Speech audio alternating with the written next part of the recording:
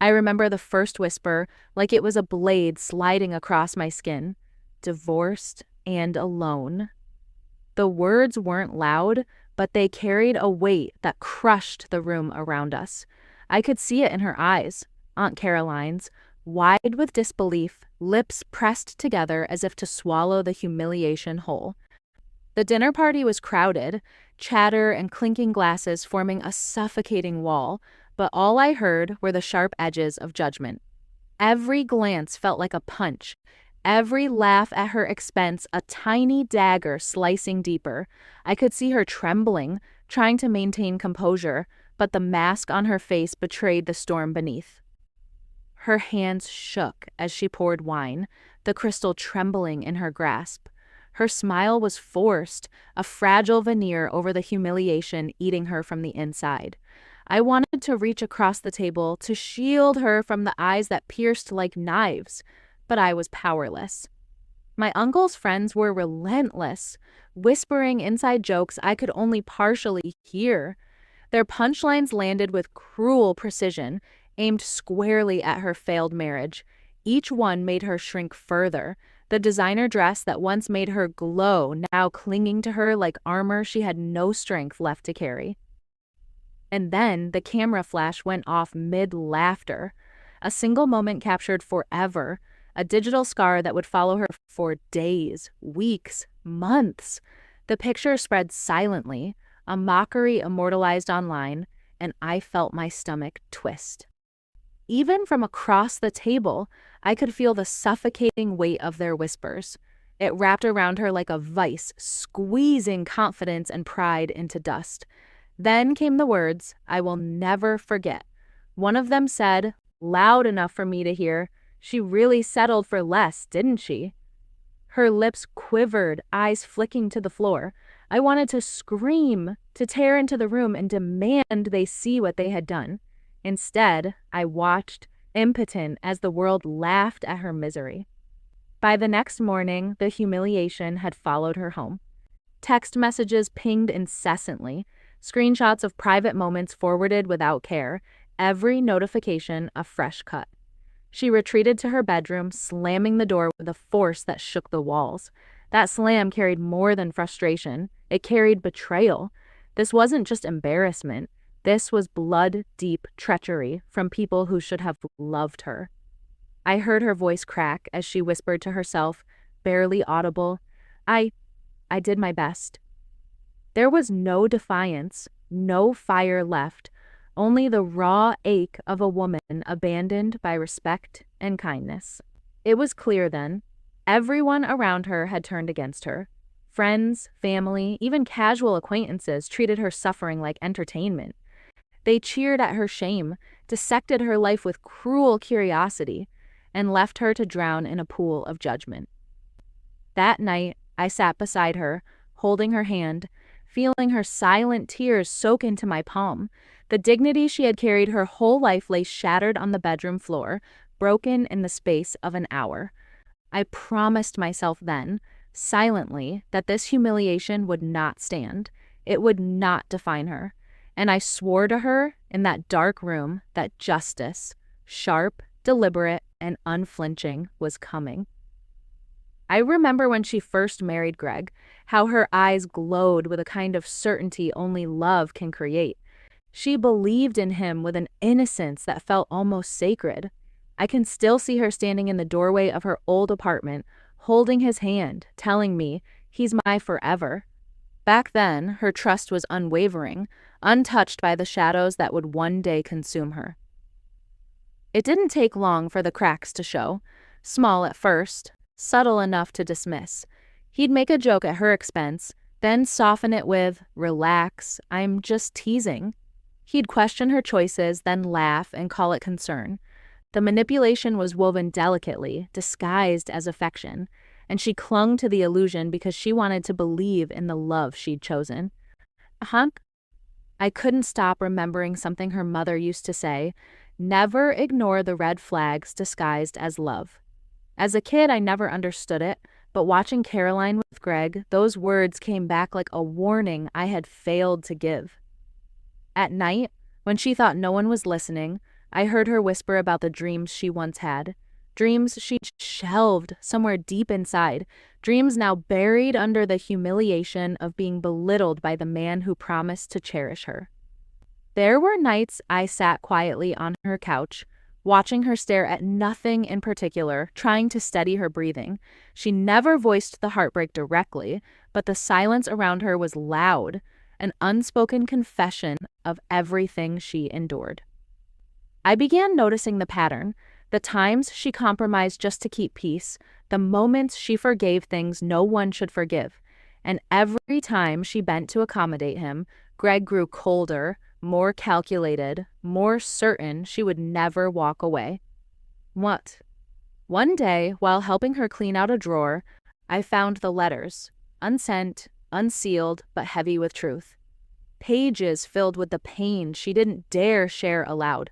Letters where she admitted feeling trapped, unseen, discarded. She wrote about losing herself piece by piece and fearing that no one would understand if she tried to explain. Tracing her shame back to its origin was like unraveling a web of quiet gaslighting and hidden betrayals. He had broken her down slowly, deliberately, until she questioned her own worth. So when she finally filed for divorce, I knew it wasn't an escape from a marriage. It was liberation from years of torment she had carried alone. The world didn't see that. Instead, society slapped a label on her. Divorced, failed, flawed. Friends distanced themselves. Family whispered judgments. Strangers pointed fingers. They condemned her more harshly than they ever condemned him. I remembered the way she used to laugh, light, carefree, almost musical. But after Greg, her laughter became rare, brief, almost borrowed. Every time she tried to smile, I could see his shadow behind her, poisoning every bit of joy she tried to reclaim. And as I watched her struggle to rebuild herself, every scar she carried etched itself into my memory. Each one became a spark, stacking inside me, waiting for the day they would ignite into the fire I knew I would one day unleash for her. I started quietly, methodically, collecting every piece of evidence I could find. Screenshots, emails, messages, anything that showed Greg's misconduct. Each file I saved, each witness I spoke to, became a small weapon in a war he never knew was coming. Her friends moved like shadows, subtle but unwavering, offering quiet sympathy, a hidden network of resistance that protected her when the world had turned its back. I saw the power in their support, how even small acts of care could shield her while we built the case against him. Every casual insult he threw online, every sneer disguised as humor, became a breadcrumb trail leading straight to his eventual downfall. I saved them all, cataloged them, and let them simmer, knowing their impact would be devastating when the time came. I began noticing cracks in his carefully constructed public persona. The arrogance that had once shielded him now felt brittle, overconfidence bleeding into ignorance of scrutiny. He underestimated the quiet fury we carried, the patience that sharpened our plan like a blade. We strategized like chess masters, every post, every email, every conversation a piece in a meticulously planned sequence. Each exposure was positioned for maximum impact, each revelation timed for when it would hurt the most. I confronted him privately once, just to feel the weight of his arrogance in person. He laughed, dismissing her pain as drama, calling it overblown nonsense. I felt a thrill, not fear, not anger, but the cold rush of knowing he was blind to the storm gathering just beyond his view. Uncovering his secrets became intoxicating. The financial fraud he thought hidden, the professional lies he assumed were untouchable. Each revelation tightened the knot of my resolve, fueling a fire I could no longer contain. Late nights were spent tracing paper trails, digital footprints, anything that could tip the balance. The silence of my apartment was punctuated by the clatter of keys and the soft sighs of determination. Every trace, every anomaly became another link in the chain that would break him. I rehearsed the scenarios in my mind, Each humiliation he caused mirrored back tenfold. I pictured the moment his confident smile would falter, the precise second the world would see the truth he had tried to bury. I documented her emotional strength, her resilience, every silent battle she fought, and turned them into ammunition. Her courage became a weapon, her scars a roadmap to victory. Gossip, whispers, social media posts, they all became instruments of justice. Every misstep he made, no matter how small, was amplified, reframed, and placed in a spotlight he could not escape. And slowly, I realized the public was ready.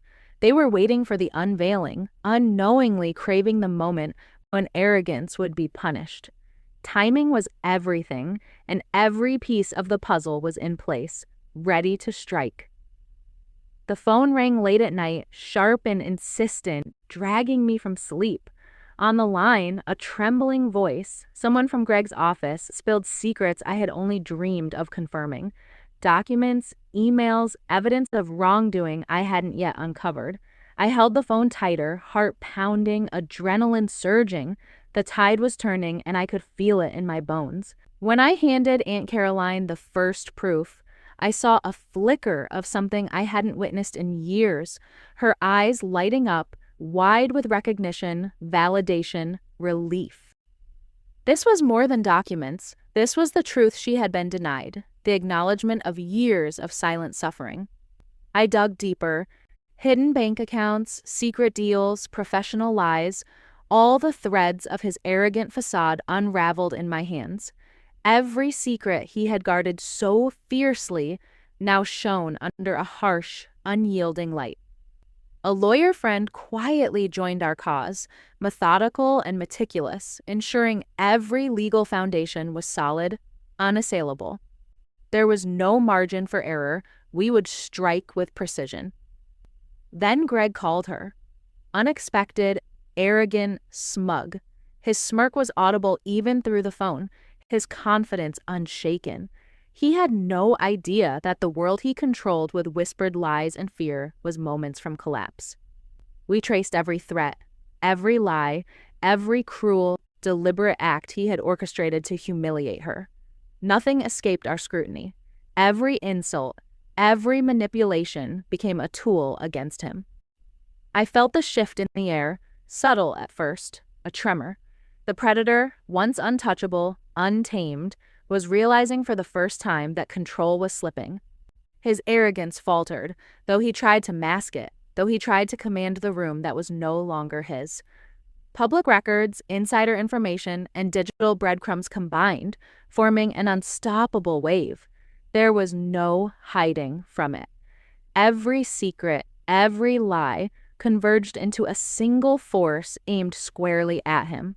Aunt Caroline's voice, once muted and tentative, began to rise. First in private, quietly confronting those who had doubted her, then in public, reclaiming her narrative. Each word she spoke cut through years of lies, and the room leaned in, listening to the woman they had once dismissed. The boardroom was hushed, the kind of silence that presses on your chest. Screens flickered with slide after slide, revealing Greg's embezzlement, his lies, the financial manipulations he thought hidden forever.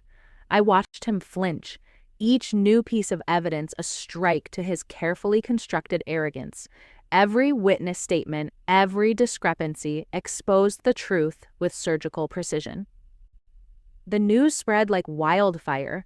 Social media erupted with whispers of his downfall.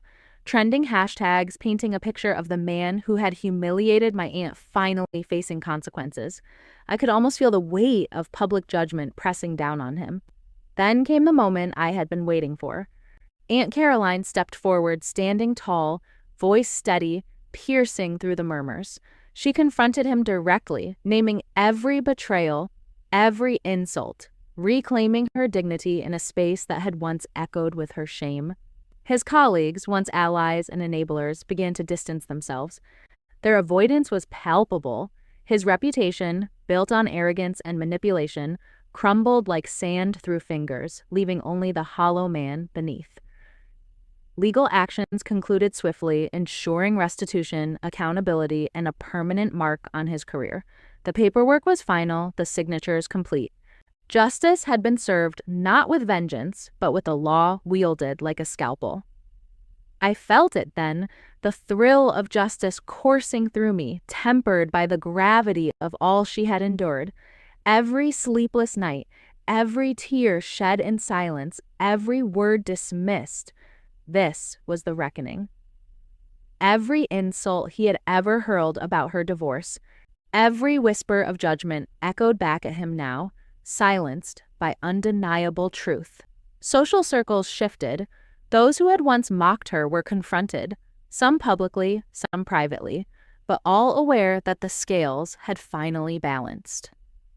Greg's last attempts at manipulation failed.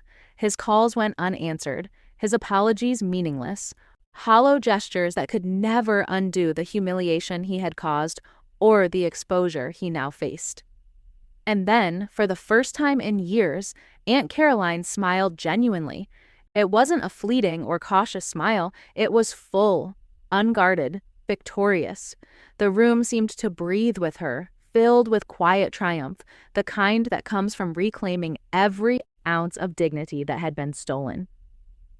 The neighborhood that once whispered and judged now gave her space, respect edging out the old pity. People approached differently, their eyes reflecting admiration instead of condescension, as if they finally saw the woman she had always been beneath the whispers. I watched her reclaim her home, her sanctuary, her own space where fear and shame no longer lingered. Every corner of that house, every object she touched, became a testament to her regained power and autonomy. What? The legal victory solidified her independence, a tangible separation from the man who had sought to control her life. Financial security became more than numbers. It was freedom, a symbolic severing of his hold over her existence. She poured herself into others, volunteering, mentoring women who had endured silent abuse. Each story she heard, each hand she held, became a reminder of her strength and the resilience she had nurtured through suffering. Family relationships, once strained and quiet, began to mend. Conversations replaced tension, honesty replacing the unspoken weight that had shadowed gatherings for years. Social media transformed from a weapon used against her into a tool for empowerment. She shared her story responsibly, guiding others through the lessons of resilience and truth, turning her voice into a beacon for those still trapped in silence. I reflected on the patience, the careful strategy, the restraint that had brought us to this moment. Every calculated step, every careful decision had culminated in a justice both measured and absolute. Greg's career ended quietly but decisively. His arrogance, once a shield, was replaced by the crushing silence of consequence. The world no longer feared him, no longer listened to his lies. We celebrated in quiet corners, without fanfare, savoring a triumph that was private, intimate, and wholly earned. Each smile, each shared glance held the weight of a battle long fought and finally won. And in that reflection, I understood. Revenge was never about hate. It was about restoring balance, reclaiming dignity, and ensuring that the truth, at last, could breathe freely. I faced the camera, Aunt Caroline's quiet smile behind me, the sunlight soft on her shoulders, casting a warm glow over the room. Her presence is calm, confident, the kind of strength that only comes after surviving a storm no one else saw. I recount the journey, the whispered humiliations, the hidden pain, the relentless weight of judgment she endured, and the long, painstaking path we navigated to reclaim justice. Each moment of suffering now etched into a story of triumph. The lesson is clear. Resilience, combined with careful strategy, can transform even the deepest wounds into unshakable strength. I share her mantra, the words she clings to every day. You cannot break what refuses to bow. It's simple, but it carries the weight of years spent rebuilding from ashes. Every act of cruelty, every insult thrown, every attempt to diminish her worth became a catalyst for growth, a spark that ignited the fire of vindication. I emphasize the importance of truth, patience, and meticulous planning before taking action. Justice is deliberate, not impulsive. It demands clarity, focus, and courage. I urge viewers to stand with those silenced, to recognize injustice when it occurs, and to act not with vengeance, but with resolve and integrity. I reflect on the emotional cost, the quiet tears, the nights spent in anxiety and fear, the courage it took to face a world that seemed eager to dismiss her. Every sacrifice mattered. As the screen fades, her laughter carries in the background, light, genuine, a symbol of victory and peace reclaimed. The closing shot lingers on a simple caption: "Justice isn't revenge, it's reclaiming yourself." The message resonates, leaving viewers inspired, reflective, and reminded that dignity can always be restored.